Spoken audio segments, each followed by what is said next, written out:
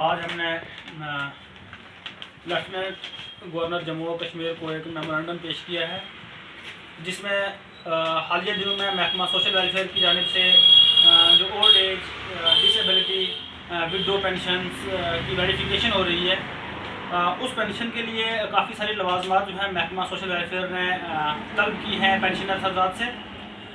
देखिए 1000 रुपये बहाना पेंशनरों को पेंशन मिल रही है, ओल्ड एज हों, वो ज़ईफ़ हों वो, या उसके बाद वो माजूर हों, या वो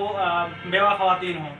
तो इन लोगों को 1000 रुपये पेंशन के लिए जो वेरिफिकेशन दी है उसमें इतने लवाजमात रखी हैं कि 10,000 से लेकर 15,000 तक लोगों को इस वक्त वेरिफिकेशन पे खर्चा हो रहा है। अब देखिए 95% से ज़्यादा ओल्ड एज या डिसेबल लोग ऐसे हैं जिन्होंने डोमिसाइल सर्टिफिकेट नहीं बनाई है, जबकि वहाँ पर महकमा ने इसको लाजमी करार दिया है। उसके साथ ही जुडिशल मजिस्ट्रेट का एफिडेविट वहाँ लाजमी करार दिया है, जबकि जज साहिबान को एफिडेविट के सारे मुकदमात होते हैं जो उनको सुनने होते हैं, वहाँ पर भी हज़ारों की तादाद में अदालतों के बाहर लोगों की कतारें लगी रहती हैं, जो इस उम्मीद में लगे रहते हैं कि हमारा एफिडेविट बनेगा। तो जज साहिबान की मसरूफियात की वजह से अगर एक दिन नहीं बनता तो दूसरे दिन उनको फिर आना पड़ता है। ये सिलसिला उनका कई दिनों तक चलता है। उसके साथ साथ ये सब चीज़ें लवाजमात जो हैं ये ऑनलाइन करनी है। ऑनलाइन एक बार डोमिसाइल के लिए करवाएंगे, दूसरी बार अपनी डिसेबिलिटी या एज सर्टिफिकेट के लिए करेंगे, फिर एज सर्टिफिकेट या डिसेबिलिटी सर्टिफिकेट जब ऑनलाइन हो जाती है तो उसकी अप्रूवल के लिए जो